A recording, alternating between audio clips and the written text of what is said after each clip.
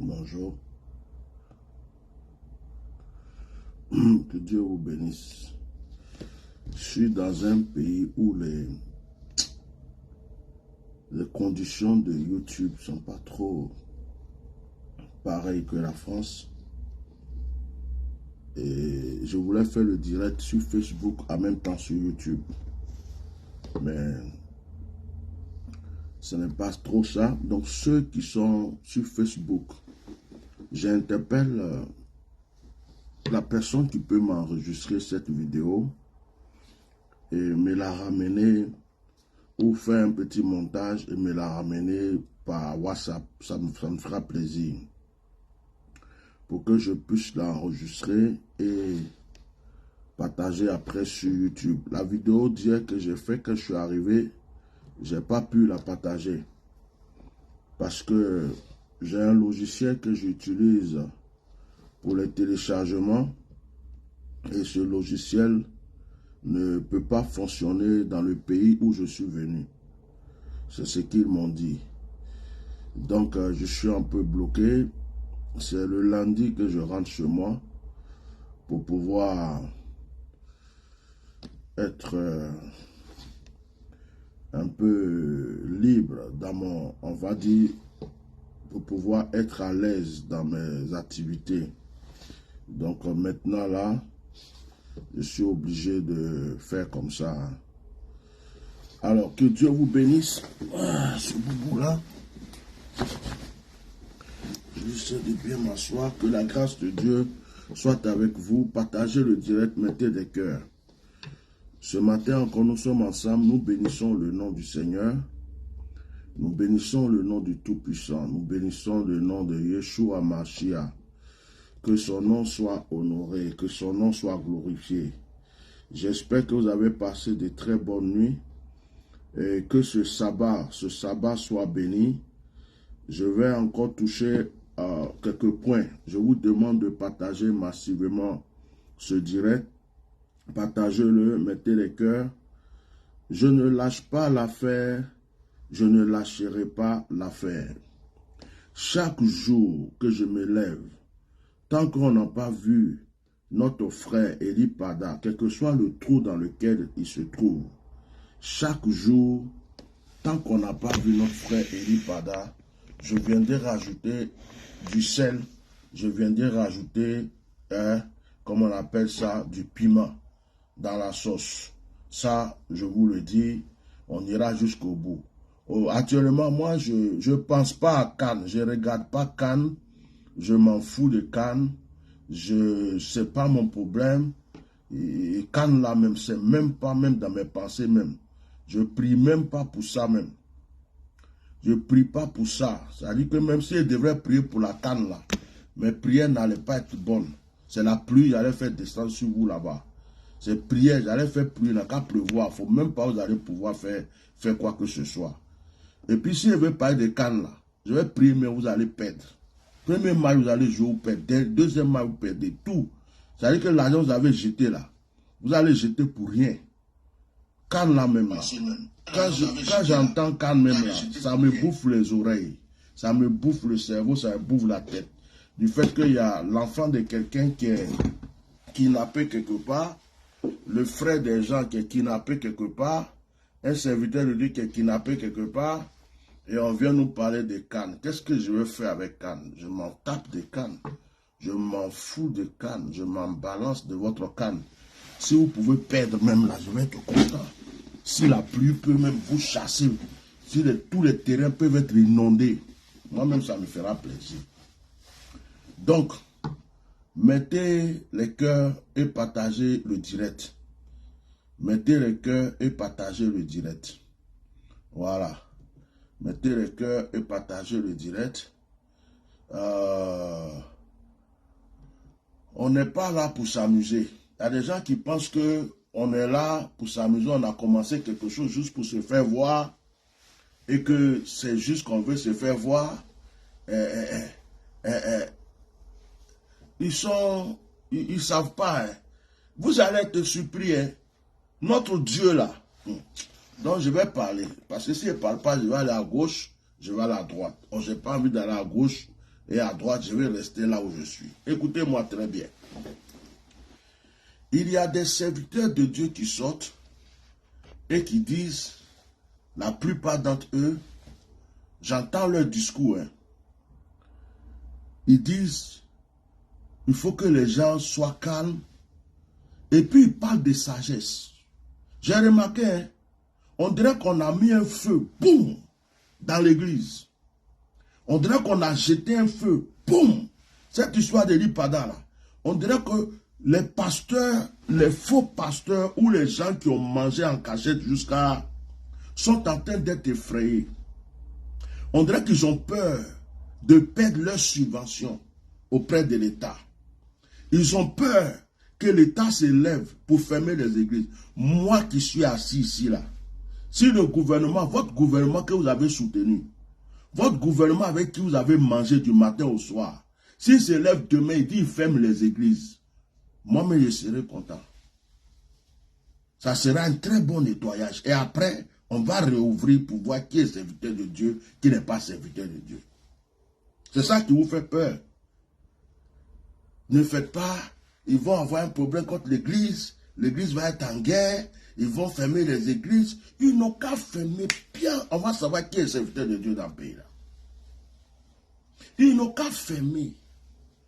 Ne vous levez pas pour lutter pour notre frère là. Restez dans votre confort et puis venez nous dire non, vous n'avez pas la sagesse. Eux dans leur Bible, il n'y a pas Moïse. Moïse qui a lutté contre Pharaon, ça n'existe pas dans leur Bible. Dans leur Bible, il n'y a pas, comme on appelle, Élie contre Achab et Jézabel. Dans leur Bible, il n'y a pas Ézéchiel. Dans leur Bible, il n'y a pas Jérémie. Dans leur Bible, il n'y a pas Daniel. Dans leur Bible, il n'y a pas Jean-Baptiste. Maintenant, s'il y a toutes ces personnes dans leur Bible, ceux qui sont en train de nous dire, mettez les cœurs, ceux qui sont en train de nous dire que toutes ces personnes que j'ai citées là, ce sont des personnes qui n'ont pas été sages, qui ne sont pas sages. Je suis en train de comprendre que ces personnes-là disent que quand tu fais la volonté de Dieu d'une manière brute, c'est que tu n'es pas sage. La plupart d'entre eux sont en train de dire que Élie-Pada n'était pas sage. Élie-Pada aurait dû prophétiser comme ça. Il aurait dû passer là. Il y a des choses qu'il n'aurait pas dit. Il y a des choses qu'en disant, il aurait dû planer comme ça. Mais ça s'appelle l'hypocrisie. Et Jésus a dit, vous êtes des tombeaux blanchis. Il dit, vous êtes des pharisiens, des tombeaux blanchis. Jésus a dit, vous êtes des loups ravisseurs. Vous êtes ces docteurs de la loi qui étaient là au temps de Jésus, qui n'aimaient pas l'œuvre que Jésus faisait et qui attaquaient l'œuvre que Jésus faisait. Ils voulaient que Jésus vienne faire comme eux faisaient. Et Jésus n'est pas venu faire comme eux. Jésus faisait autre chose. Il chassait les démons, il parlait contre la corruption, il parlait contre certaines choses. Ils n'aimaient pas ça. Non, lui là, il va gâter notre mangement. Actuellement, tous les faux pasteurs d'Abidjan m'en veulent. Eux tous les faux pasteurs, tous les vampires, tous ceux qui ont pris l'argent gauche, même je suis sûr qu'il y a d'autres qui vont commencer à prêcher dans leur église. Regardez bien vos pasteurs dans vos églises. Hein. Il y a d'autres qui vont commencer pendant les cultes. Oui, ne vous mêlez pas, faites attention, ne vous mêlez pas de cette histoire d'Élie-Pada, soyez sages, n'allez pas sur les réseaux sociaux pour faire ceci, ne suivez pas des prophètes qui disent des choses, et puis on ne voit pas le devant ni le derrière, méfiez-vous, vous êtes dans la Bible, il est écrit, il faut être sage, l'esprit du prophète est soumis au prophète. La Bible dit de respecter les autorités. Donc n'allez pas suivre. Ils vont commencer ce genre de messages bientôt dans leurs églises. Remarquez, je vous ai dit, quand vous allez voir un pasteur qui commence à prêcher comme ça, dites-vous qu'il est dedans. Quand vous voyez un pasteur qui va commencer à dire ça, à commencer à prêcher ce genre de messages, non, ne vous mêlez pas de ce genre de choses. C'est Dieu qui fait tout. Si un prophète a été saisi, c'est avec la prière que Dieu va le saisir. Nous avons un gouvernement, c'est une autorité. La Bible dit de respecter les autorités. N'allez pas contre les autorités, vous allez avoir des problèmes. Évitez vos commentaires sur Facebook, évitez ceci, évitez cela. Ils vont commencer ça dans l'église. Hein. Je suis venu vous prévenir. Vos pasteurs vont commencer à mettre matos sur vous dans les églises. Alors si tu vois une église comme ça, et puis les pasteurs commencent à parler comme ça, si tu es vraiment un enfant de Dieu, il faut te dire que l'église là, ton pasteur est parti prendre feu étranger, il est rentré dans la loge, ils sont tous dedans. Même ceux qui sortent ici pour dire qu'ils sont les pères ou les grands-pères de l'Ipada là, ils ont déjà mangé, ils sont dans le feu étranger. Regardez leur discours. Regardez-leur parler, entendez-leur parler, vous allez voir. Ça se sent de loin que c'est des gens qui ont mangé, qui mangent et qui cherchent juste à manger avec le pouvoir qui est en place. Et ce qui les intéresse, il faut que le pouvoir soit à l'aise. Il faut que le pouvoir dorme tranquille. Il faut que le pouvoir, tout ce qui concerne le peuple, tout ce qui concerne les enfants de Dieu, tout ce qui concerne l'arrestation d'un pasteur, tout ce qui concerne le kidnapping d'un prophète, ça ne les intéresse pas trop. Non, c'est Dieu qui a établi les autorités.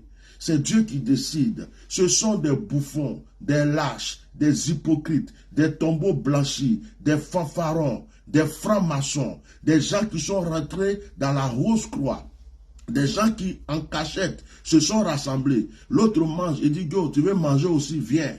L'autre mange, ils savent ce qu'ils font. Même quand ils viennent s'asseoir devant vous pour prendre des airs intéressants. Actuellement, il y a l'histoire de l'Ipada qui est en train de se passer. Certains disent ceci, certains disent cela. Il y a d'autres qui donnent des prophéties, mais ils ne savent pas qu'est-ce qu'ils disent vraiment. Il y a d'autres qui font ceci. Ils viennent dire des gros mots de français. Ils viennent faire du tape à l'œil sur les réseaux sociaux, comme ils viennent faire les gens qui savent parler. Oui, vous savez, la Bible dit ceci, mais nous avons un gouvernement. Il y a d'autres même actuellement qui vous disent, suivez-moi bien. J'ai écouté quelqu'un comme ça de passage qui dit, la personne dit, c'est un serviteur de Dieu. Il dit que il faut faire attention au gouvernement. Que le gouvernement d'Alassane, c'est un gouvernement qui ne craque pas. C'est un gouvernement qu'on ne peut pas imposer les choses. C'est un serviteur de Dieu qui parle comme ça. Hein. Que c'est un gouvernement, s'il a décidé de ne pas faire quelque chose, il ne le fait pas. Que en fait, c'est avec le pardon qu'on peut obtenir quelque chose. Quand je l'ai écouté, j'ai dit, mais déjà ce que la personne est en train de dire me rassure que l'Ipada est entre les mains des autorités.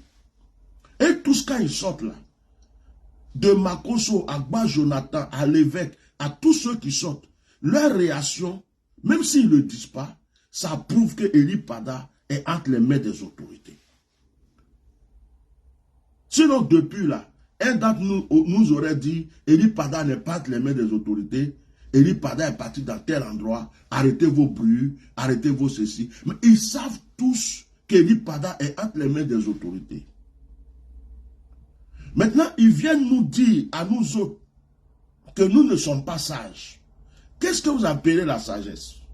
C'est l'hypocrisie. Pour être sage, il faut être hypocrite. Pour être sage, il faut être menteur. Pour être sage, il faut être un tombeau blanchi. Pour être sage, il faut mentir, il faut faire semblant pour être sage. Mais non, la Bible dit de ne pas mentir. La Bible dit de ne pas être hypocrite. La Bible dit de ne pas être menteur. Ce n'est pas de la sagesse.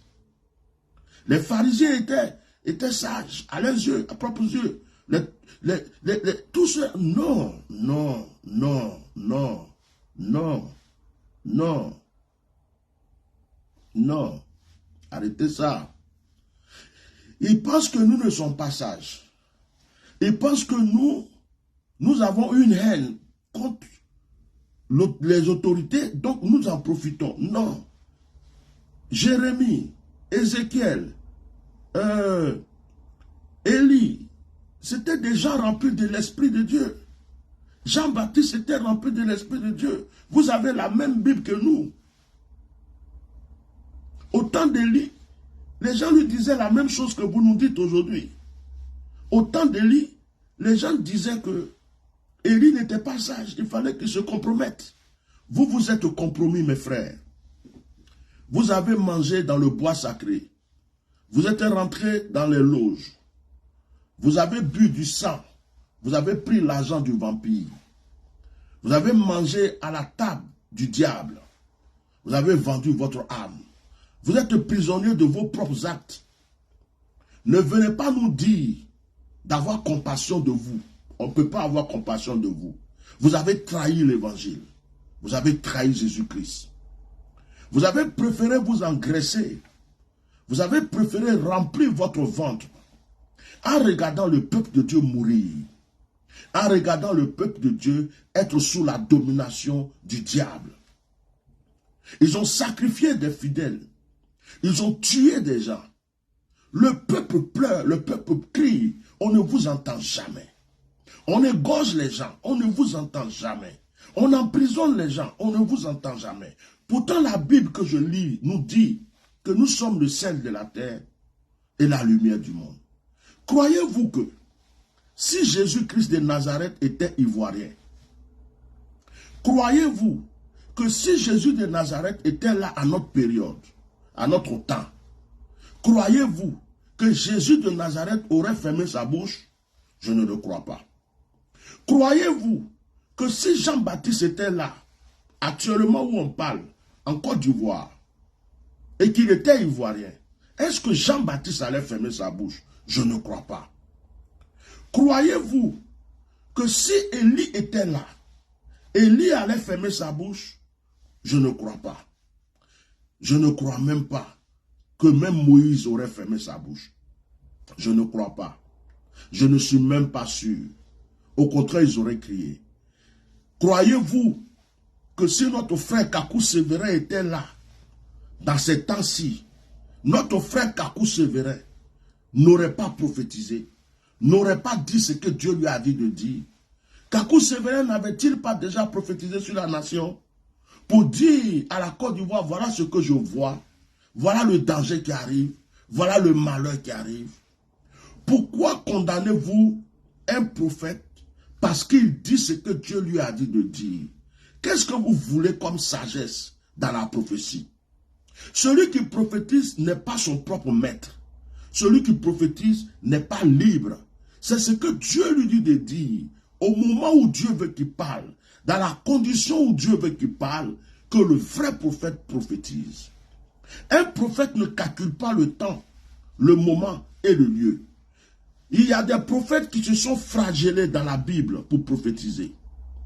Il y a des prophètes qui ont mangé des excréments humains pour prophétiser. Il y a des prophètes à qui Dieu a dit, va coucher avec la prostituée. Ils sont allés, ils ont obéi, ils n'ont pas réfléchi pour prophétiser.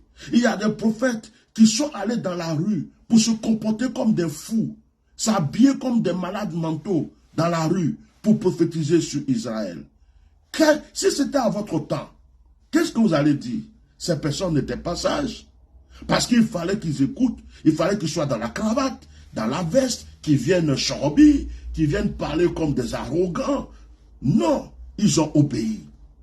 Lorsque Dieu disait à Jean-Baptiste, quitte la ville, va dans le désert, mange des criquets, porte des peaux de chameau et crie contre ces personnes, est-ce que Jean-Baptiste était fou?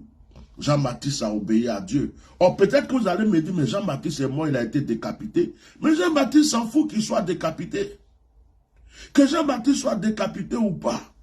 Jean-Baptiste a fait la volonté de Dieu. C'est ce que Dieu voulait qu'il fasse. Et Dieu voulait qu'il termine comme ça.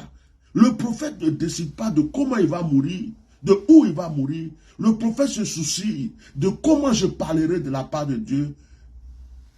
C'est ce que le prophète dirait. Vous comprenez? Alors, arrêtez, chers frères, ou chers frères déchus, ou chers faux prophètes, chers faux pasteurs, chers faux évêques, vous qui avez déjà vendu votre âme, au lieu de vous repentir, pour revenir à la raison, arrêtez de venir vouloir nous raisonner sur le problème de notre frère Eli Pada. Arrêtez. Arrêtez de vouloir venir nous raisonner, de nous faire croire que nous ne sommes pas sages, de nous faire croire que nous devons attendre, être patients. Nous ne vous écouterons pas parce que nous savons que vous avez vendu votre âme déjà à Satan. Et nous n'écoutons pas les fils du diable. Nous n'écoutons pas les fils, les messagers de Satan. Vous venez nous dire, obéissez au roi, soumettez-vous au roi. Mais pendant que le roi emprisonne des gens depuis 20 ans, qu'est-ce que vous dites au roi? Pendant que le roi amène des gens en exil toute leur vie, pendant que vous vous engraissez en Côte d'Ivoire, il y a des gens qui sont en exil qui ne peuvent pas rentrer dans leur pays. Vous qui êtes les messagers du roi, vous lui avez dit quoi? Pendant que le roi fait attraper des pasteurs, des imams et des prophètes pour les jeter en prison parce qu'ils ont prêché, qu'est-ce que vous avez dit au roi? Pendant que des maisons sont cassées, des gens dorment dans les cimetières, pendant que des microbes égorgent des gens, pendant que le prix de toutes les choses augmente, les gens ne savent plus comment il faut faire.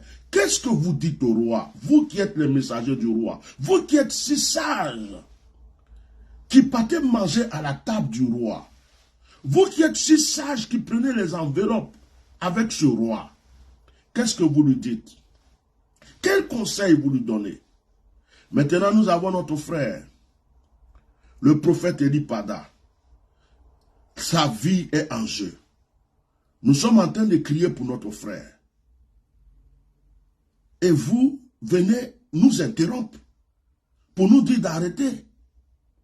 Vous venez nous interrompre pour nous dire de laisser notre frère mourir. Vous venez nous interrompre pour nous dire que si nous étions sages, nous allons nous plier une fois encore, nous abaisser une fois encore et laisser le roi nous marcher dessus en lui disant, oh roi, aie pitié de nous, continue de nous marcher dessus, mais s'il te plaît, aie pitié de nous. Non, ce temps est fini, je vous le dis. Ce temps est fini, je vous le dis. Vous dites que Eli Pada n'a pas été sage. Quand votre roi est sorti de son corps pour aller l'attaquer, pendant qu'il était en jeûne, est-ce que votre roi avait été sage? Vous dites que il y a un qui a fait une sortie indirecte, parce que tout le monde veut parler dans cette affaire pour se justifier le cerveau, pour laver sa conscience, parce qu'ils ne peuvent rien faire. J'ai entendu quelqu'un dire que il ne faut pas jouer avec le gouvernement parce que le gouvernement ne cède pas. Il a cité le cas de Gbagbo Laurent. Il a cité le cas de quand Gbagbo Laurent voulait sa carte d'identité, le gouvernement ne lui a pas vite donné. Il a cité le cas de Blé Goudé, qu'on a empêché de rentrer dans le pays jusqu'à ce que le gouvernement décide. Il a cité le cas de Peter 007. C'est le gouvernement qui l'a pris, qui a décidé de le faire sortir malgré tous les bruits que les gens ont fait. Bon, moi je viens te dire, cher frère bien-aimé, que j'aime de tout mon cœur. Tu ne peux pas comparer les deux situations ou toutes ces situations. C'est pas possible, c'est pas les mêmes choses. Écoute-moi très bien. Peter 007 était un cyberactiviste. Quand ils l'ont attrapé, tout le monde savait qu'ils ont attrapé Peter 007. Ils ne l'ont pas pris en cachette. Ils ne l'ont pas pris où on ne sait pas où il est. On savait dans la main de qui il était. S'il vous plaît. On savait dans la main de qui il était. Ok. Le cas de Gbagbo Laurent que tu cites pour sa carte d'identité, c'était un problème politique. C'était entre eux, les politiciens, de régler leurs problèmes. Donc ce sont des politiciens qui criaient contre des politiciens. Ce n'est pas la même chose. Le cas de Blé Goudé, c'était, comme on appelle, aussi un cas, un problème politique. Donc, on ne peut pas prendre les problèmes entre politiciens et politiciens ou les problèmes d'un cyberactiviste qui a été pris devant tout le monde, ou bien des gens qui étaient dans la politique, qu'ils ont attrapé, on leur dit libérer, ils ne libèrent pas. On ne peut pas prendre leurs problèmes pour comparer aux problèmes du prophète Eli Pada. Donc je vais ouvrir vos yeux. Le problème qui se passe, si nous crions, si ce gouvernement était venu arrêter Eli Pada devant nous tous, si ce gouvernement avait pris Eli Pada, et que nous tous nous savons, ils sont venus arrêter Eli Pada, ce n'était pas de cette manière qu'on allait parler. Là, si vous parlez de pardon, on allait demander pardon peut-être. Mais non, ça ne s'est pas passé comme ça. Ils ont attrapé notre frère en cachette. Ils l'ont pris en cachette avec les pensées et les idées de le tuer. Si nous n'étions pas sortis, notre frère serait mort sans que personne sache qu'il est entre leurs mains. Je vais vous donner les preuves. Et quand ils ont attrapé notre frère, nous n'étions pas censés savoir que c'est eux qui l'ont pris. Or, pour les autres, c'est des problèmes qui sont visibles devant tout le monde. Il n'y a pas de cachette dedans. Donc, où est le problème?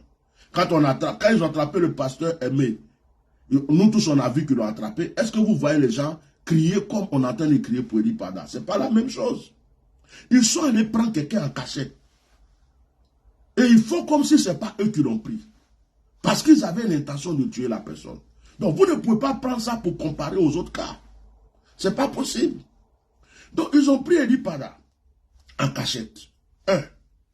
De 2, ils ont menacé sa famille de ne rien dire. Ils ont menacé son église de ne rien dire. Ils ont menacé tout son entourage. Ils ont même pris les secrétaires, tout le monde. Ils ont pillé leur téléphone pour voir tous les contacts. Et pour leur dire, si vous faites quoi que ce soit, on le tue, fermez votre bouche. Ça ne ressemble pas aux autres histoires. Ne mélangez pas les choses. Et, puisque notre frère, on ne le voit pas, on ne sait pas que c'est eux qui l'ont pris, on se demande où est notre frère. Mais nous savons que notre frère les a dérangés. Nous savons que notre frère a donné des prophéties qu'ils n'ont pas aimées. Nous savons que notre frère a prédit la guerre. Nous savons que notre frère a donné des révélations. Sur ces personnes, ils n'ont pas apprécié. En 2, nous savons qu'ils avaient envoyé plusieurs fois des convocations. Mais que le frère n'était pas là pour répondre. Ça veut dire qu'ils en voulaient à notre frère. Ils voulaient le voir, ils voulaient le prendre. Mais ils ne l'ont pas pris devant tout le monde. Ils l'ont pris d'une manière cachée, en douceur, sans que personne ne sache, sans que personne ne voie. Mais c'est dans quel but si ce n'est pas dans le but de le tuer? Et c'est pourquoi nous crions. Nous ne trouvons pas ça normal. Dans un pays si développé, un pays de justice, en Côte d'Ivoire, quand on attrape quelqu'un, il n'est pas jugé. On ne juge pas les gens en Côte d'Ivoire. Est-ce que le droit dit, quel que soit le crime que la personne a commis, vous trouvez normal, vous les pasteurs là, qui parlez, vous êtes instruits, vous parlez le gros français, vous venez nous sortir vos diplômes, vous parlez comme si vous connaissez plein de trucs. Est-ce que dans un pays de droit, même celui qui a tué quelqu'un, un assassin, un voleur, n'importe qui, même un braqueur, tout ce que vous voulez, tout le monde a droit à une justice équitable? Si on reproche quelque chose à quelqu'un, on le convoque, on l'entend. S'il doit te juger, on le juge. S'il a des peines à faire, il fait sa peine, il sort. Point. Point. Mais combien de personnes sont en prison en Côte d'Ivoire? Qu'on a pris seulement, on le ramasse. Au lieu, ça veut dire qu'il n'y a pas de garde à vue, il n'y a pas de chose. On le tabasse bien quelque part, on le jette en prison. Il n'est pas jugé pendant des années, des années, des années, des années. Il est jeté en prison comme dans une poubelle. Allez-y fouiller, la maca s'est remplie. Des pasteurs, des citoyens simples, des cyberactivistes, des gens qui étaient avec le président Gbagbo avant, des politiciens, des gens de la désobéissance, plein de trucs. Les gens ne sont pas jugés, on ne juge personne. C'est la raison du plus fort. Et vous venez me dire qu'il y a une autorité dans ce pays, il y a une justice dans ce pays, il y a des droits dans ce pays. Non. Si on me reproche quelque chose, on m'attrape, peut-être on me convoque, on me met en garde à vue. Si je suis coupable, on me juge. Si on me juge, on me met en prison. Si on me met en prison, je fais ma peine. Si je fais ma peine, je sors. Si je suis condamné à vie, c'est pas grave, mais au moins c'est ma peine.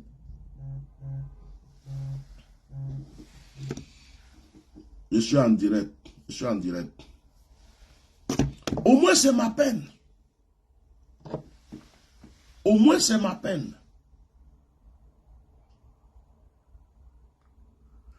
Mais quand on prend quelqu'un, on ne sait pas pourquoi on l'a pris.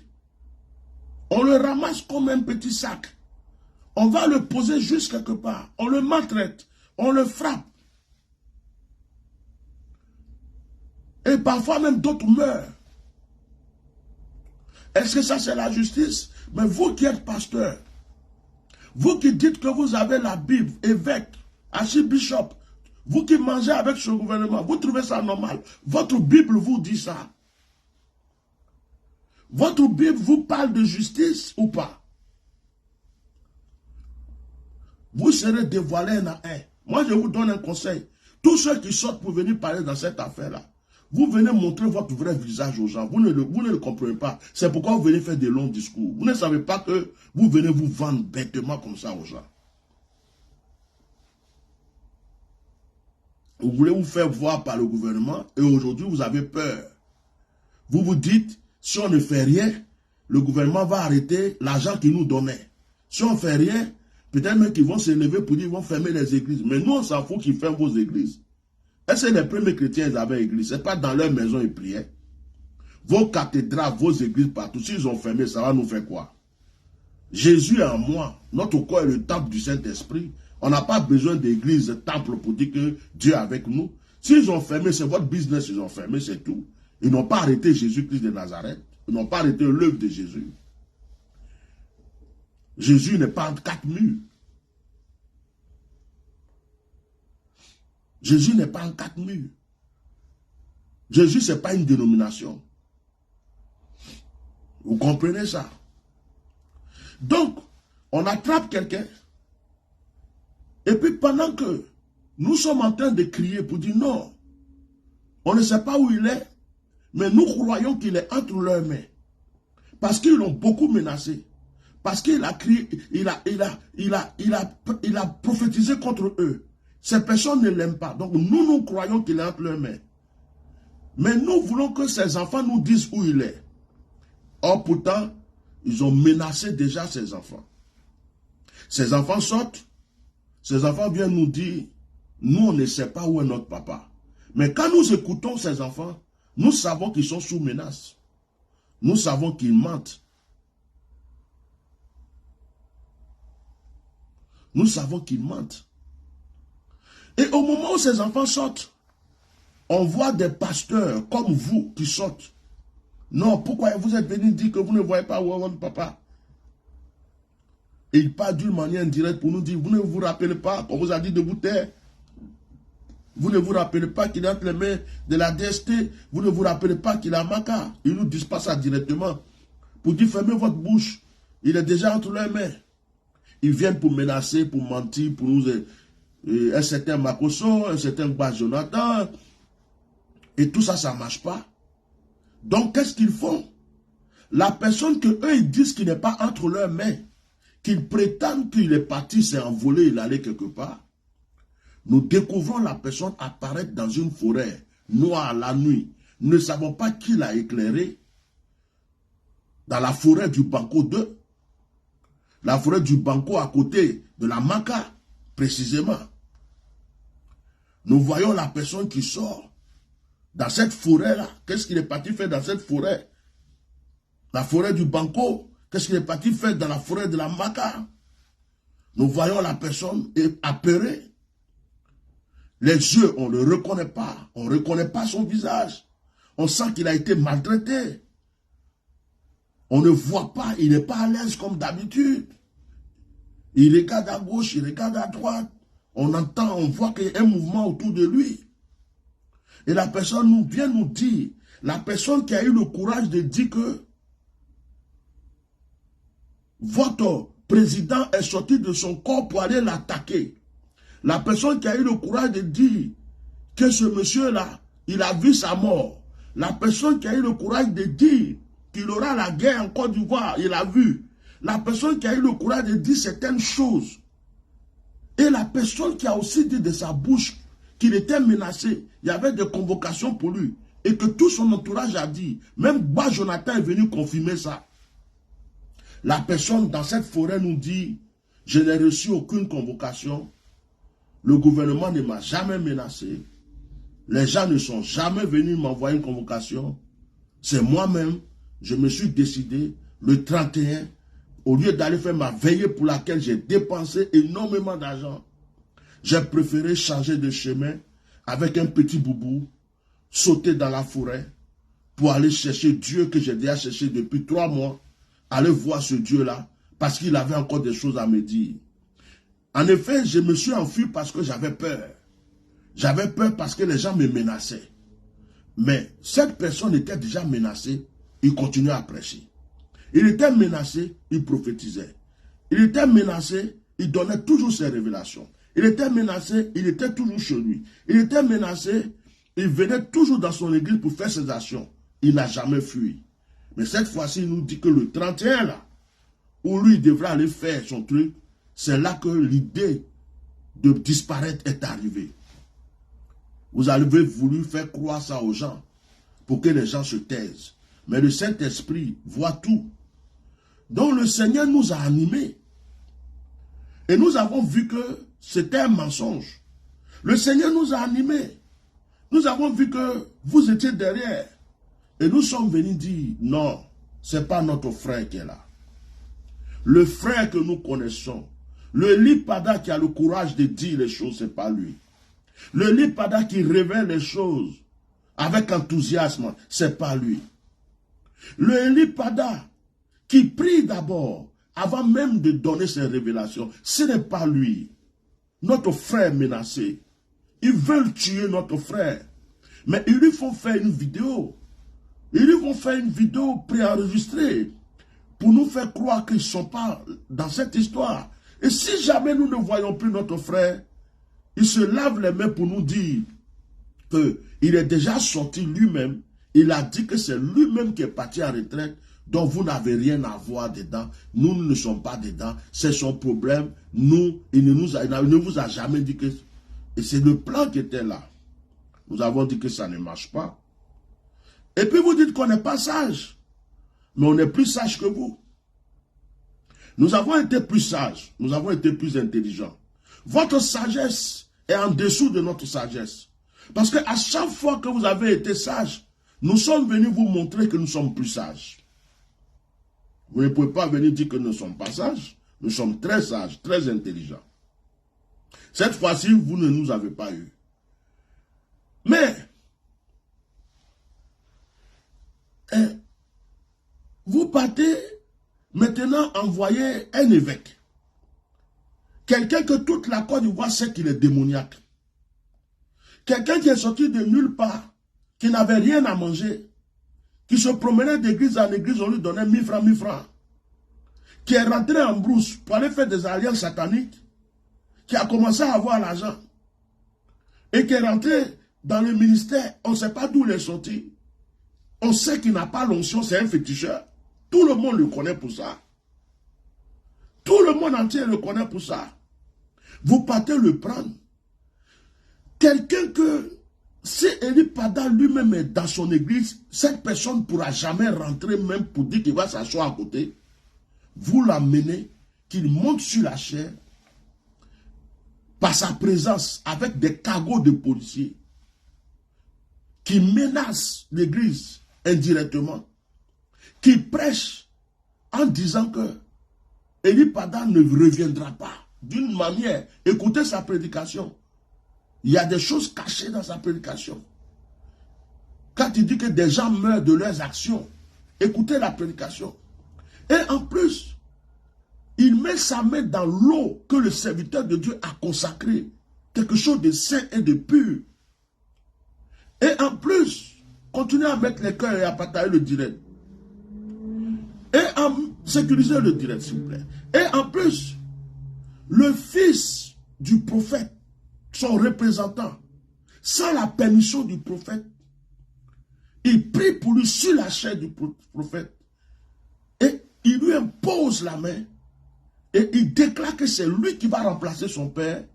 Il déclare que c'est lui qui va maintenant être le prophète de cette église.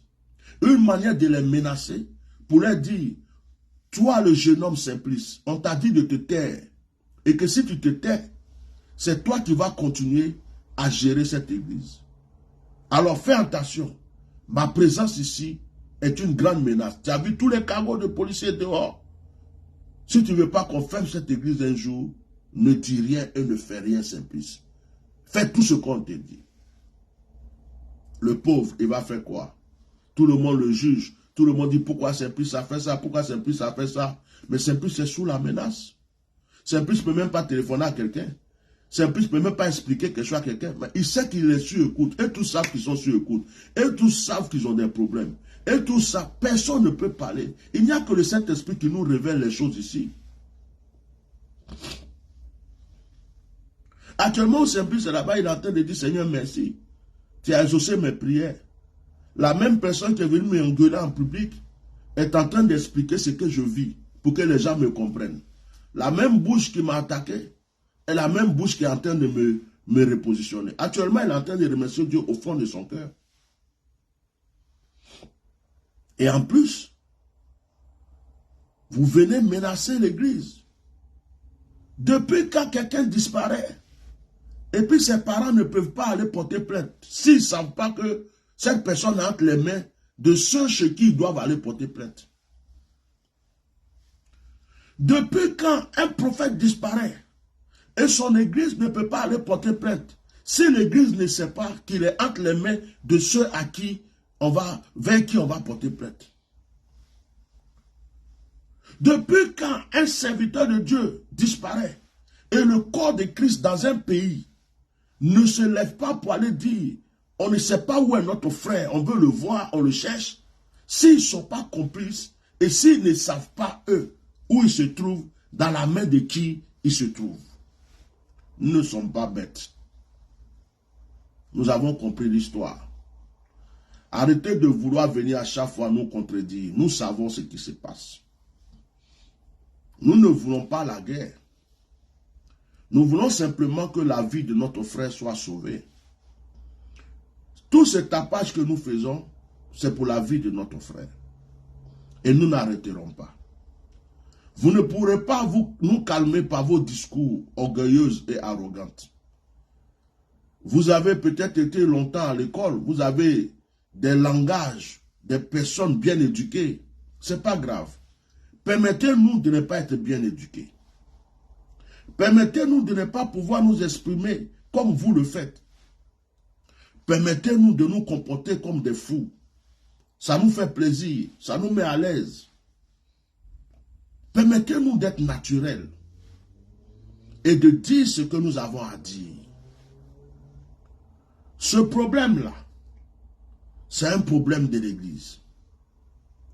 Et on n'aurait jamais mis la main sur notre frère si des pasteurs, des prophètes, des bishops, des archibishops vendus, achetés, qui se sont initiés à la franc-maçonnerie, qui mangent, d'autres même prétendent être son père spirituel, si ces personnes n'auraient pas donné la permission, si ces personnes n'avaient pas été complices, on ne pouvait pas mettre la main sur notre frère. Donc nous ne pouvons pas vous écouter.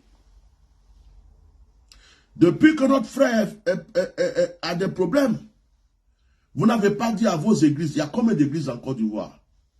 Vous aurez pu dire à toute l'église, levons-nous, faisons une marche pour notre frère. Levons-nous, faisons des veillées pour notre frère. Levons-nous, faisons des prières. Vous êtes cachés dans vos coins. Vous prenez vos téléphones, vous vous asseyez, vous vous coiffez bien, vous faites vous prenez des bonnes chemises, des bons trucs.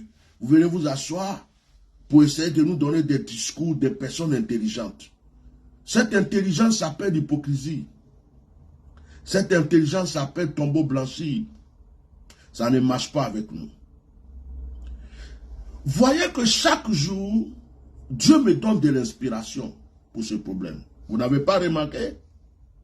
Chaque jour, dès que je me lève, le Seigneur me donne une inspiration.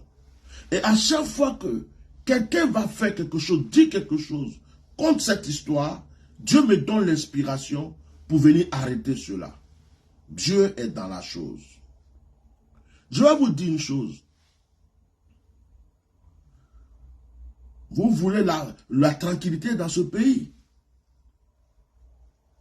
La plupart d'entre vous, vous direz, on voit. Nous-mêmes on sait, on voit, mais on ne peut pas parler. On voit. Nous-mêmes on sait, mais on ne peut pas parler. Si on parle, vous êtes des faux chrétiens, des faux serviteurs de Dieu. Les disciples de Jésus-Christ sont morts pour la vérité. Si les disciples de Jésus-Christ, Pierre, Étienne, toutes ces personnes, l'apôtre Jean qui a été jeté dans l'île de Patmos, c'est eux, ils disaient, oh, j'ai une famille, j'ai ma femme, j'ai ma maison, oh, je ne veux pas qu'on me tue. Les affaires là, on va faire ça doucement, on n'a qu'à attendre d'abord si Hérode meurt, on va faire ça. Quand le monsieur là va mourir, nous tous on va se rattraper, on va faire ça. L'évangile ne serait jamais dans ce monde. Vous êtes devenus lâches, réveillez-vous mes frères. Il n'y a plus de paix en Côte d'Ivoire. Il n'y a plus de paix. Je vous donnerai le conseil de vous taire. Je vous donnerai le conseil de vous taire. Taisez-vous. Ne cherchez plus à vous justifier. Et ne cherchez plus à venir dire à ceux qui se lèvent pour l'Ipada de se taire. Même quand un certain père spirituel vient nous dire favorisez la canne et attendez après la canne pour encore parler de votre frère, nous refusons. Notre canne s'appelle Pada, prophète Pada. Notre coupe d'Afrique s'appelle prophète Pada. Notre victoire actuellement s'appelle prophète Pada. Nous voulons que l'histoire du prophète Pada soit la racine et la clé du réveil spirituel en Côte d'Ivoire. Nous voulons que l'histoire du prophète Pada soit la clé du nettoyage dans le corps de Christ.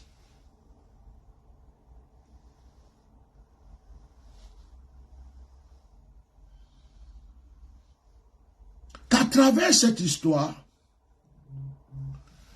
le Seigneur nettoie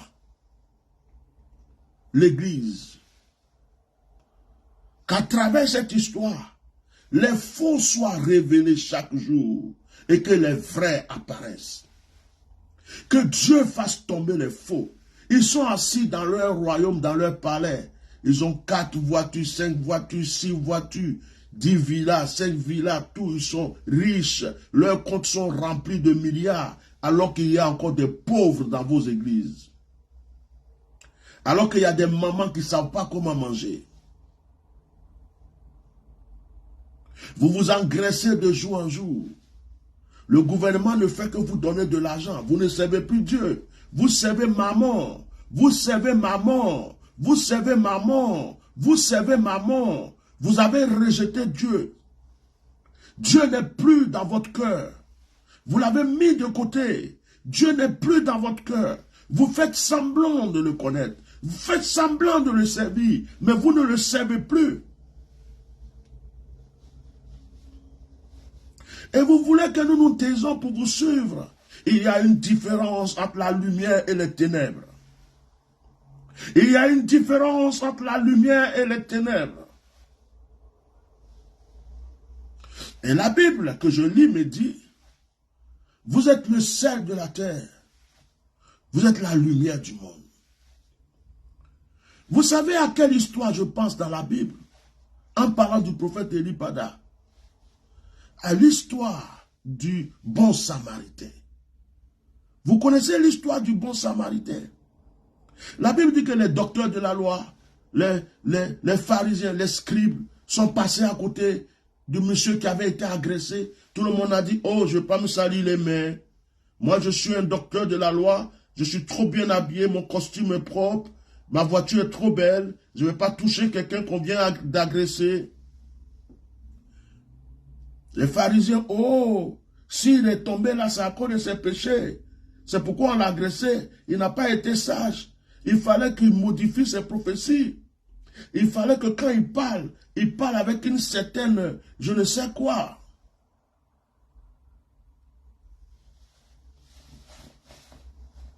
C'était un juif qui avait été frappé par des brigands. Mais c'est un samaritain qui est venu le sauver. Un ennemi des juifs. Quelqu'un qui n'est pas considéré. On va dire même un pécheur. C'est comme là aujourd'hui, vous nous regardez parce qu'on n'a pas vos grosses voitures, on n'a pas vos grosses maisons, on n'a pas vos peuples de 10 milliards de membres. Quand vous nous regardez parler, vous dites, oh ce pauvre-là, il n'a pas reçu dans sa vie. C'est parce qu'il a raté sa vie. C'est parce qu'il est écrit. Il est jaloux de ce qu'on mange. Mais non, vous vous trompez. Parce que ce que vous avez, si nous autres, on voulait faire ça, puisque la plupart d'entre vous, on a commencé à prêcher avant vous. Moi, par exemple, la plupart d'entre vous, j'ai commencé à prêcher avant vous. Et si j'avais voulu faire ce que vous faites, à mon temps, quand je prêchais, il y avait le président Henri Konan Bédié. Il y avait d'abord Oufoué parti, Henri Konan Bédié. Écoutez, j'avais des enfants spirituels dans tout le gouvernement. Mon premier voyage en France, je l'ai fait avec un passeport de service. Après un passeport diplomatique. C'est après que j'ai pris mon passeport ordinaire pour voyager. Et si on avait voulu faire comme vous, on aurait menti aux gens, s'attacher à des gens pour prendre l'argent seulement. Mais j'aurais des châteaux dans ce pays. Vous allez entendre ce château, c'est pour lui. Ce château, j'ai eu des hectares de terrain que je donnais cadeau à l'église. On a pris de l'or comme ça. On m'a déposé entre les mains. J'ai mis dans le service de Dieu. Si nous, on voulait faire comme vous, avoir l'amour de l'argent, mais vous ne pourrez même pas vous approcher de nous aujourd'hui. Mais nous, on a compris que il y a l'argent et il y a Dieu. L'argent est bon. L'argent entretient. Le confort est bien. Mais il faut mettre Dieu d'abord devant. Et ce que Dieu te donne est pour toi. C'est comme ça, nous, on voit les choses. C'est ce que Dieu te donne qui est pour toi. Sinon, on avait les possibilités de faire comme vous. On a eu des propositions comme vous. Même tout dernièrement, des gens qui sont dans ce pouvoir m'ont contacté. J'ai des messages de certaines personnes qui voulaient que je sois avec eux. Ils veulent que j'arrête de parler comme je parle. Mais j'ai simplement prié pour eux. J'ai prophétisé sur leur vie. Je les ai dit des choses qui se sont réalisées. Dans leur vie, ils le savent. Certains sont là-bas, ils ont peur. Parce qu'ils savent que si je prends leur nom, je sors leur nom, ils vont avoir des problèmes. Parce qu'ils m'ont déjà contacté, j'ai déjà prié pour eux. Mais je pouvais profiter de ça pour dire, ouais, parler à ma faveur, au roi. Je change, je tourne. Mais le roi m'aurait donné des mallettes d'argent et tout. Je serais devenu le prophète du roi. De la manière dont je parle là, c'est moi qui allais parler en la faveur du roi. Et j'allais avoir de l'argent. J'allais être très riche. Des maisons, tout ce que vous voulez, en un clin d'œil. Et ça va me donner quoi? Quand je vais mourir, vous avez déjà vu quelqu'un mourir partir avec des maisons? Vous avez déjà vu quelqu'un mourir partir avec des voitures? Vous avez déjà vu quelqu'un mourir partir avec l'or, l'argent et tout? Non, impossible. Ta propre femme, quand tu meurs, c'est quelqu'un d'autre qui va venir la prendre derrière toi. Tes enfants vont l'appeler papa. Tu as été jaloux, comment? Le jour que tu meurs là, quelqu'un d'autre vient prendre ta femme. La même chose que tu faisais à ta femme, il va faire ça avec ta femme. Ta femme va l'aimer, elle va appeler chéri, chouchou. Tout ce que tu faisais avec ta femme, elle va faire avec lui. Et ta femme va l'appeler chéri. Si tu avais une voiture, il va rouler dans la voiture. Si tu avais une maison, il va dormir dans la maison. Tu avais un lit, il va dormir dans le lit. Et toi, tu es parti. Tu vas venir faire quoi encore? Ton or, ton argent, ton héritage, tout ce qui est là, les gens feront de ça ce qu'ils veulent. Donc c'est pourquoi la Bible dit, mieux vaut le royaume des cieux. On ne va pas avoir l'argent là-bas. On ne va pas avoir l'or là-bas. Et puis on va tous mourir. Parmi vous là, vous n'avez pas vu d'autres qui sont allés prendre fétiche, ils étaient des voyants, des praticalisateurs. Quand ils prêchent même là, tout le monde fait wow! Les gens coupent pour aller jeter l'argent sur eux. Un matin on apprend, on dit oh, le gars là est mort. Hein. Parce que le fétiche lui a dit je te donne tel nombre d'années. Vous savez, Satan ne laisse pas pour lui à l'étranger. Satan, son crédit là, il prend toujours. Sa dette là, tu vas toujours payer. Donc là où vous êtes parti vous mettre pour faire alliance là, aujourd'hui c'est un peu doudou, c'est bon, mais vous allez payer. Et quand vous payez là, c'est ça qui fait pitié. Et moi je ne veux pas de ça. Moi, mon morceau de pain sec, regardez, je suis venu là, je suis là où on m'a logé à l'hôtel. Je pouvais dire à la personne, à la famille qui m'a logé, envoyez-moi... je veux ça, je veux ça, je veux ça, je veux ça. Il m'a appelé ce matin pour me demander petit déjeuner. Je l'ai appelé ce matin dans un petit déjeuner. Je lui ai dit non, laisse petit déjeuner. Voilà, j'ai chauffé de l'eau. Il y a café qui est là. Je mets café, je mets sucre, j'ai bu. C'est mon petit déjeuner. Quand tu finis tes trucs que tu as fait, tu viens me chercher. On va aller prier. Et si on doit manger, on va manger.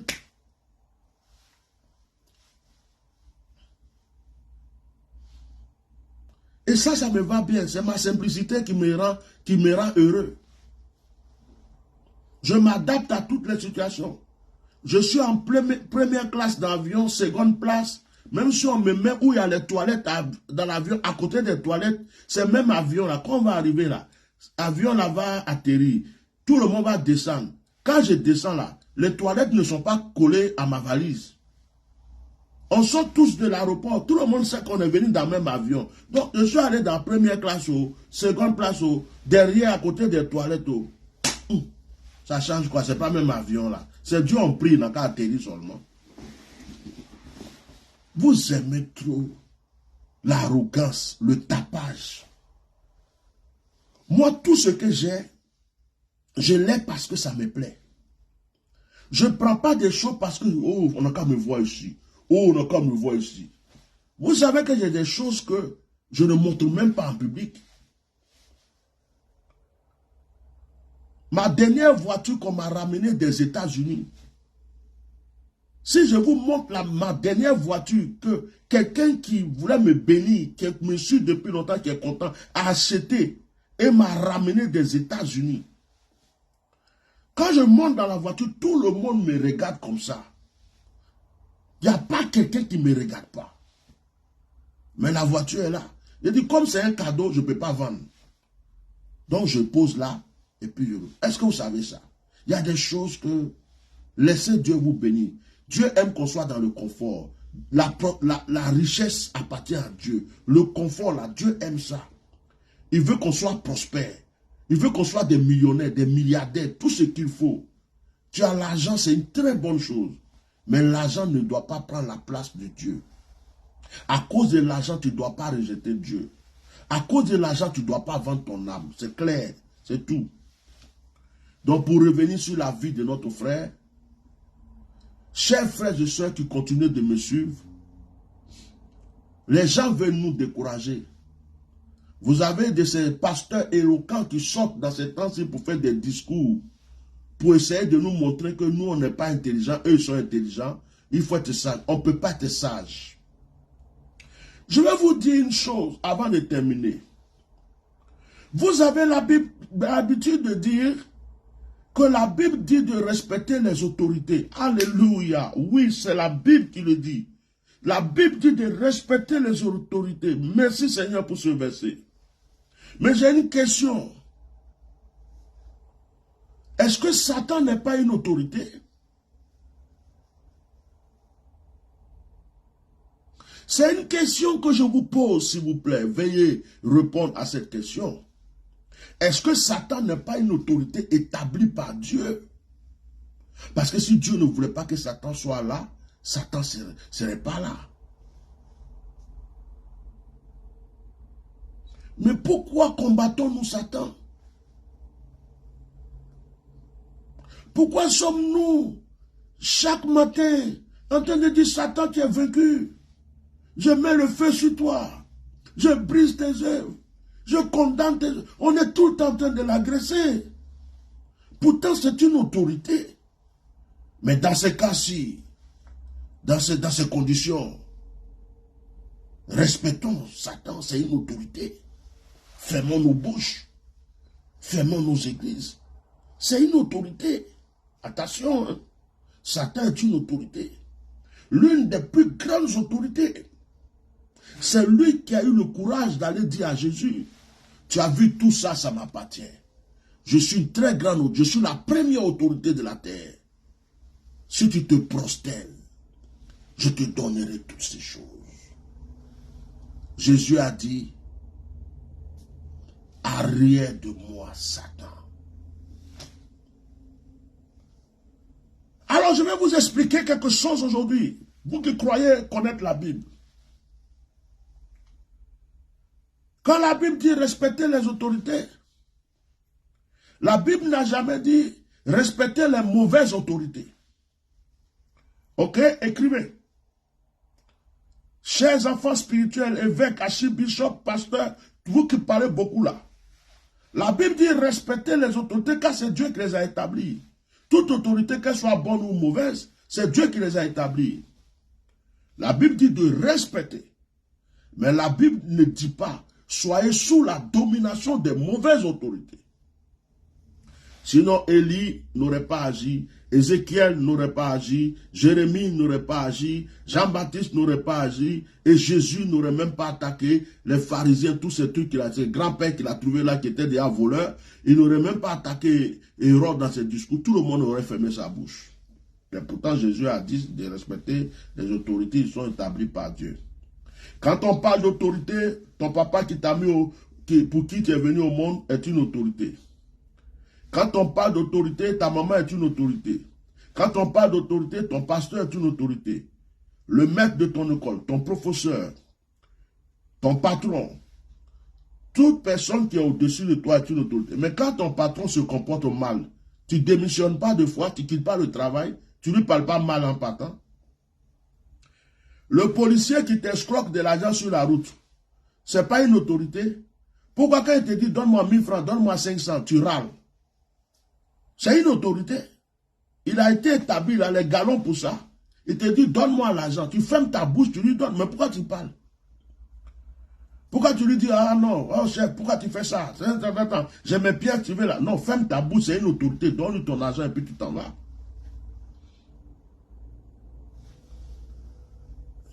Donne-lui l'argent et puis tu t'en vas.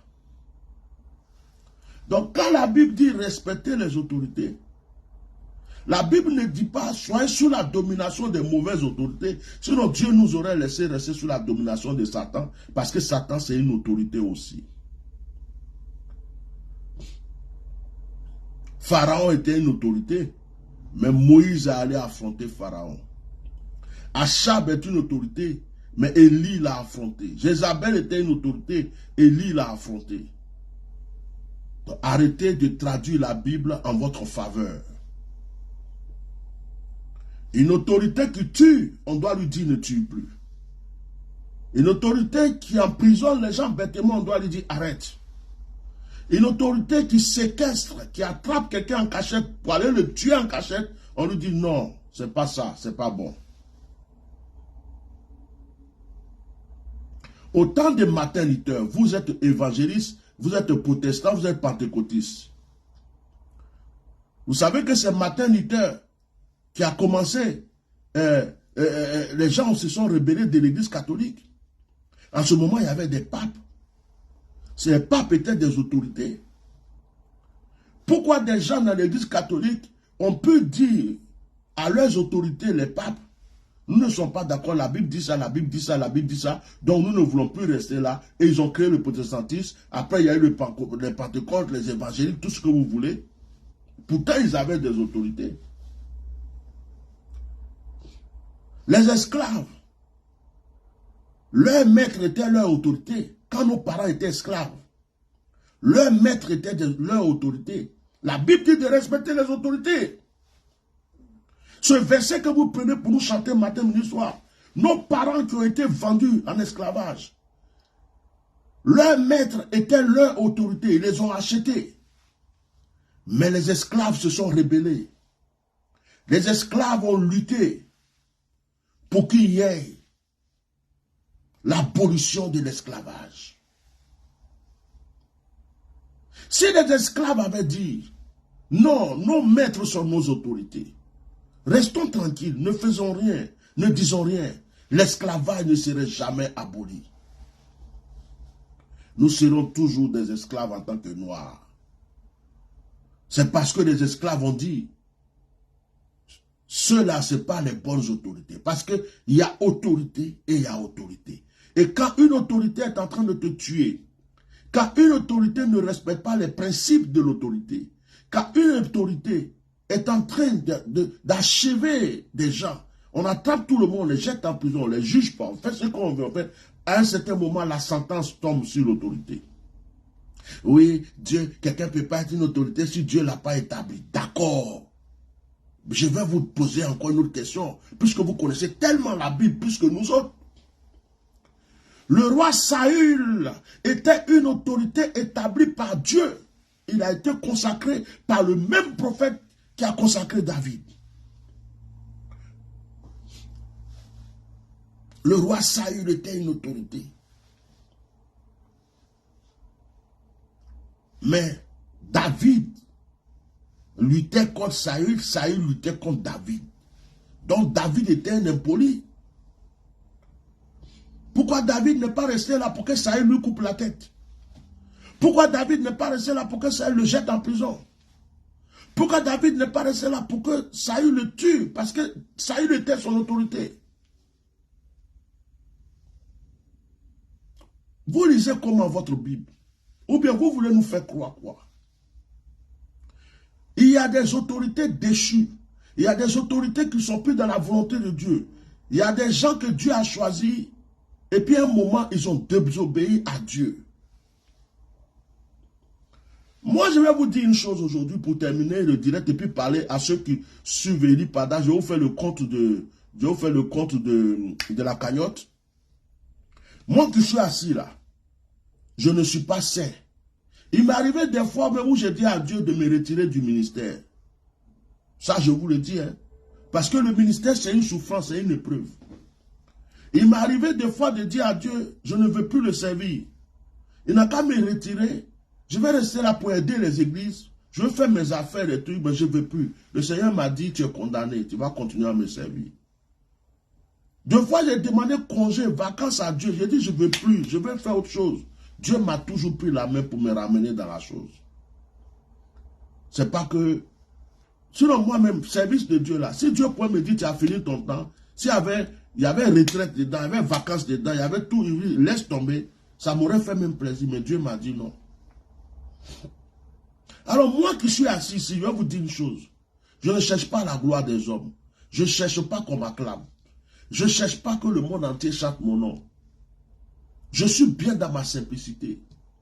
Mon petit short, mes petites babouches, mes tongs, mes tapettes, je me promène comme tout le monde. Je partais à Abidjan, je prenais taxi.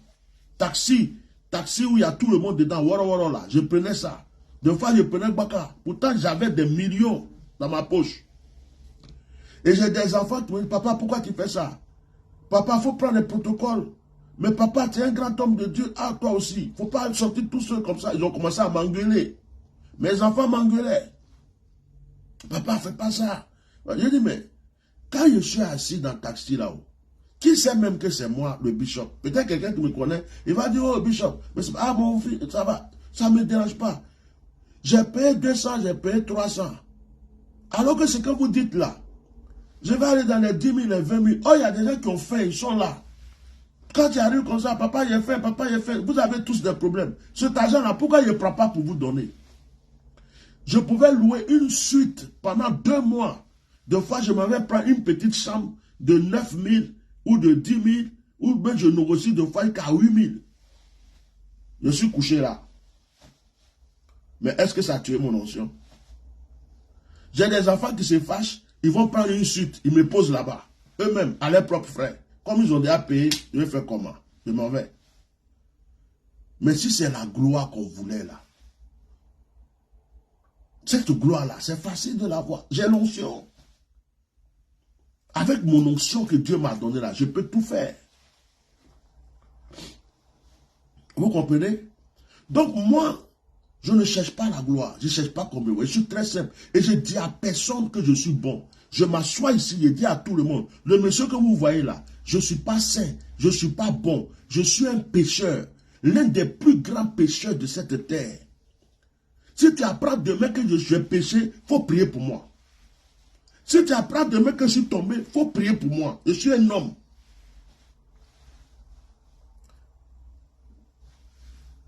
Si tu apprends que j'ai péché, prie pour moi. Tu apprends que je suis tombé, prie pour moi. Je suis un homme. Je ne vais jamais faire croire à quelqu'un que je suis saint, hyper saint. Que ce soit les autres seulement qui voient ce que Dieu a mis en moi. Que Dieu vous bénisse.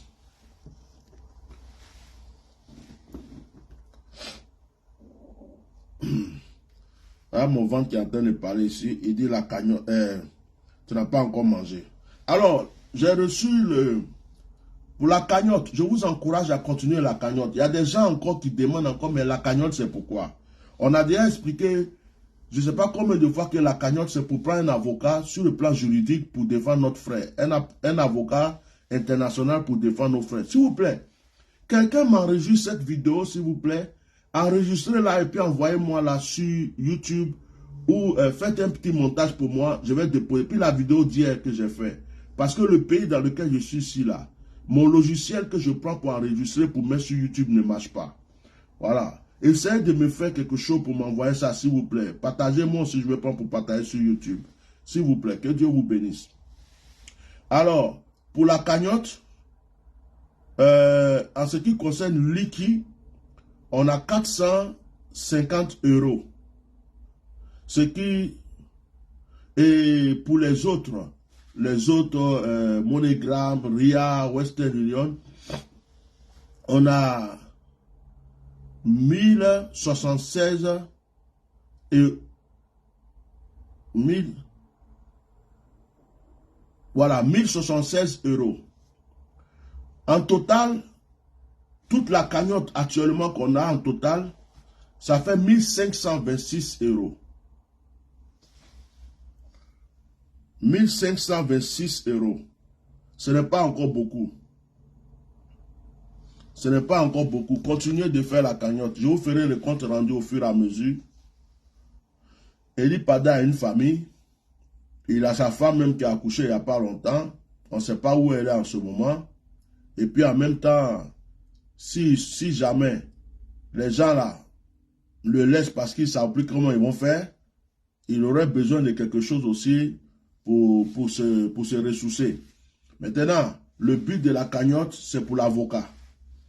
Voilà. Donc vous n'avez pas fait, faites-le.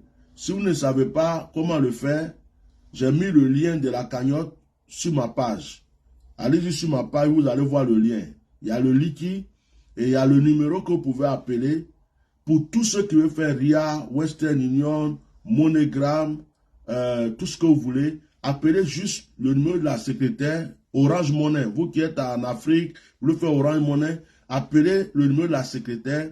C'est elle qui va vous orienter comment vous pouvez le faire. Voilà. Donc, faites-le. Que Dieu vous bénisse abondamment.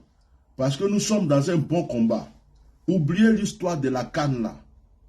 Canne là, ils ont fait ça pour faire sacrifice humain. Canne là, il va avoir des morts. Canne là, il va avoir des accidents bêtes.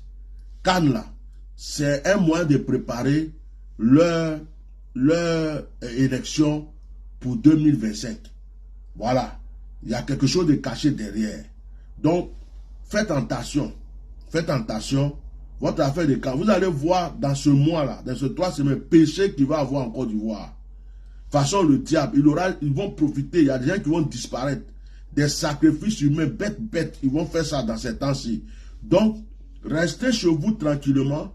Priez. Et puis, continuons notre combat. Si vous allez à l'église, et que vous avez un pasteur qui est en train de vous dire non, ne vous mêlez pas de ça, et si cela, sachez que votre pasteur là, il est déjà acheté, il est déjà dans le groupe, il est déjà avec eux, mais il ne vous avait jamais dit ça. Selon le langage de vos pasteurs actuellement, vous allez savoir qui il est. Donc, oubliez la canne. Au contraire, même si vous pouvez prier pour que la prière arrive, ça n'a qu'à venir. Moi là, vraiment, tous les Ivoiriens vont se fâcher contre moi parce qu'ils aiment le ballon.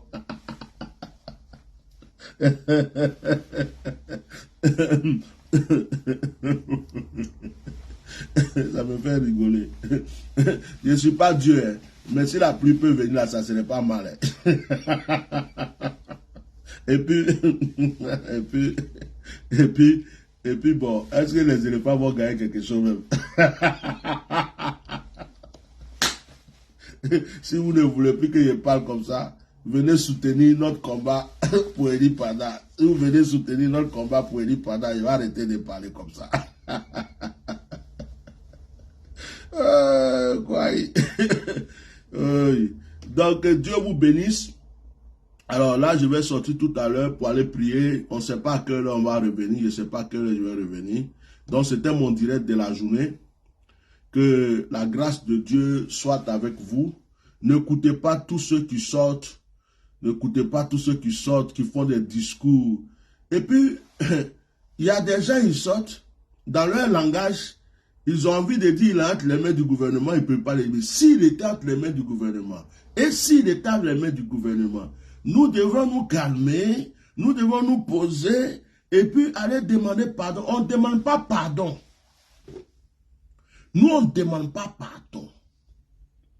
S'il avait attrapé devant nous, s'ils avaient pris, ils ont envoyé une convocation, et puis on sait qu'il était chez eux, et puis ils l'ont gardé.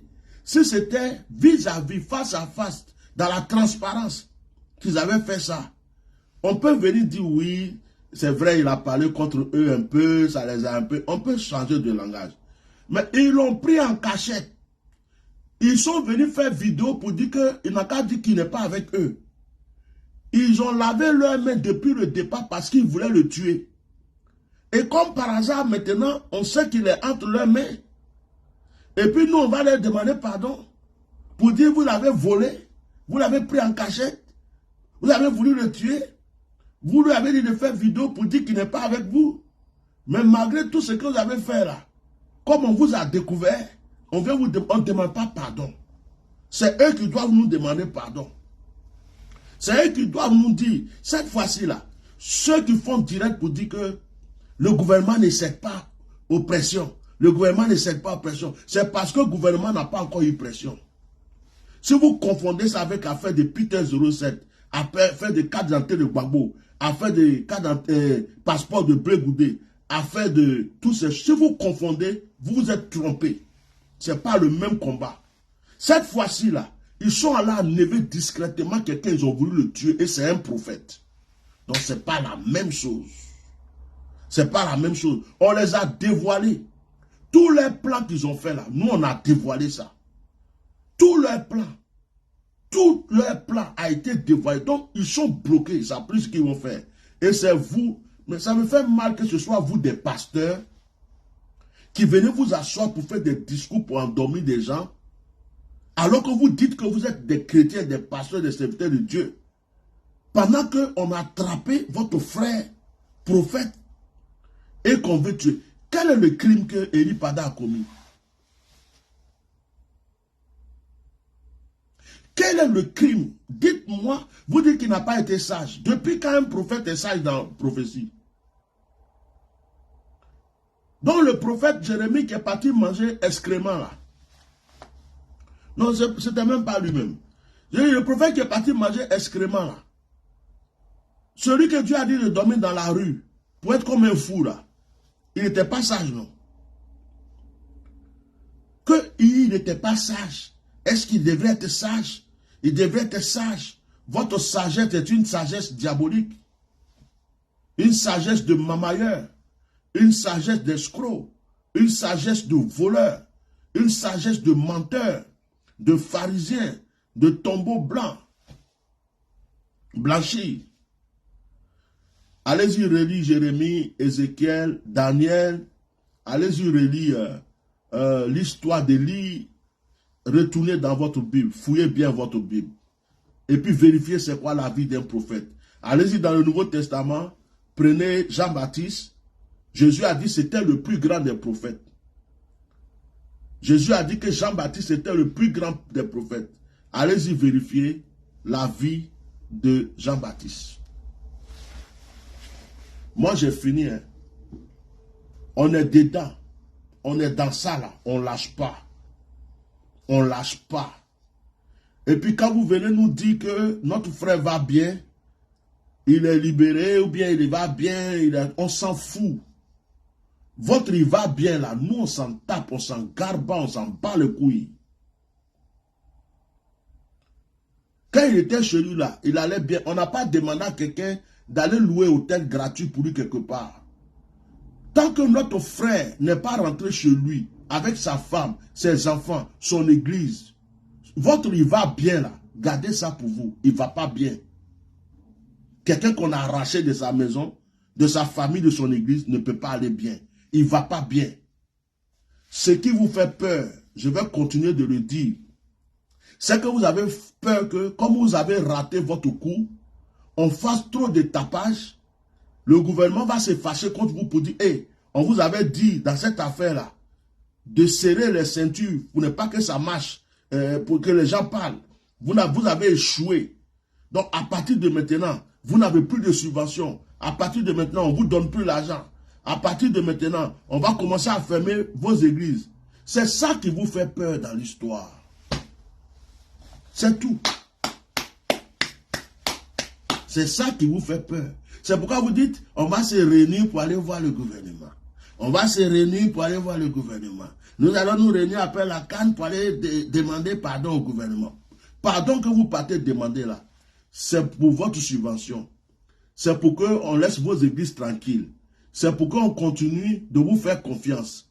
Votre pardon vous partez demander là, ce n'est pas pour la vie d'Eli Pada. Si c'était pour la vie d'Eli Pada, vous serez en train de parler pour nous et avec nous actuellement. Et nous, on a compris que vous avez peur de perdre tout ce que vous avez actuellement. Et ça là, je crois que ça va arriver.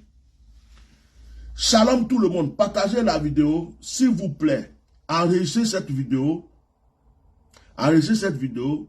J'ai fait une vidéo hier, je n'ai pas pu la mettre sur YouTube parce que mon logiciel ne marche pas dans ce pays où je suis. C'est un pays bizarre. Moi, je ne peux plus vivre dans un pays comme ça. Si je dis le nom du pays là, tous mes enfants qui sont dans ce pays vont se demander, papa, t'es où? Je viens te voir, papa, t'es où? Je dis pas, pion. C'est quelqu'un qui a payé mon transport et puis je suis venu. Je m'occupe que de cette personne-là. Venez pas gâcher tout mon programme.